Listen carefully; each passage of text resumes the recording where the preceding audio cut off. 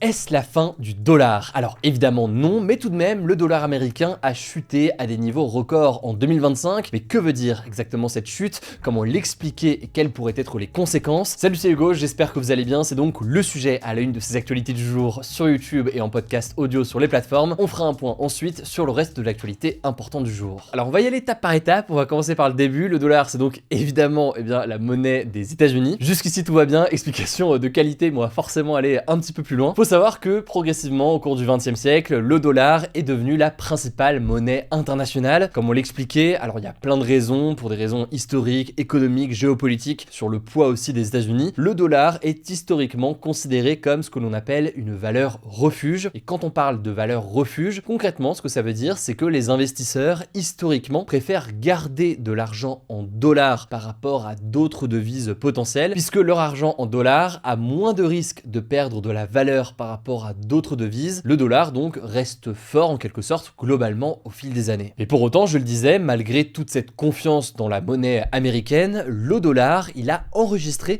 un recul historique de près de 10% en 2025 selon Bloomberg. Qu'est-ce que ça veut dire? Eh bien ça veut dire que sur l'année 2025, d'autres monnaies ont été jugées relativement plus solides ou plus attractives. Et c'est pas forcément l'exemple le plus pertinent ici, mais c'est pour vous faire comprendre ici ce qu'on entend par valeur d'une monnaie. En janvier 2025, un dollar valait quasiment 1 euro. Or, aujourd'hui, 1 dollar est moins fort qu'un euro, puisque en moyenne aujourd'hui, pour 1 euro, eh bien en janvier 2026, vous pouvez recevoir 1,17 dollars. Alors le dollar reste à un niveau élevé, mais donc vous l'aurez compris, eh bien il perd un petit peu de valeur, et surtout ce qu'on observe, c'est une tendance mondiale à se désinvestir en quelque sorte du dollar. On va voir ça juste après. Alors comment expliquer cette baisse? Vous l'imaginez, il y a de très nombreuses raisons, on ne pourra pas toutes les voir en détail aujourd'hui, sinon cette une durerait plusieurs heures. Mais le premier élément qu'on peut analyser, qui est peut-être paradoxalement le plus simple à comprendre, c'est les changements qui ont été opérés avec l'arrivée de Donald Trump en janvier 2025 et notamment la guerre commerciale qu'il a menée. On en avait beaucoup parlé sur la chaîne. L'an dernier, Donald Trump avait imposé des droits de douane importants sur de très nombreux pays du monde. Alors par droits de douane ici, on parle donc de taxes qui sont payées par les entreprises états-uniennes lorsqu'elles importent des produits qui viennent de ces pays à l'étranger. Et donc en fait, ces hausses de droits de douane sur un certain nombre de pays, elles ont été vécues comme un risque pour la stabilité économique américaine. En fait, ces tarifs douaniers, ils ont perturbé un certain nombre d'échanges et ça a poussé un certain nombre d'investisseurs à diversifier donc leurs avoirs et à acheter donc d'autres devises que le dollar. Alors du côté de l'équipe de Donald Trump, vous l'imaginez, on défend ses droits de douane. En fait, certains proches de Donald Trump estiment que le dollar, il a été surévalué ces dernières années, donc il était estimé comme trop fort par rapport à d'autres devises, et eux estiment que tout cela peut avoir réduit la compétitivité des entreprises américaines. En effet, pour dire les choses très simplement, si le dollar américain est fort, ça veut dire que c'est potentiellement moins intéressant d'acheter des produits ou des services venant des États-Unis. Or du coup, les droits de douane imposés par Trump, ils ont été vus d'une certaine façon par l'équipe de Trump comme une façon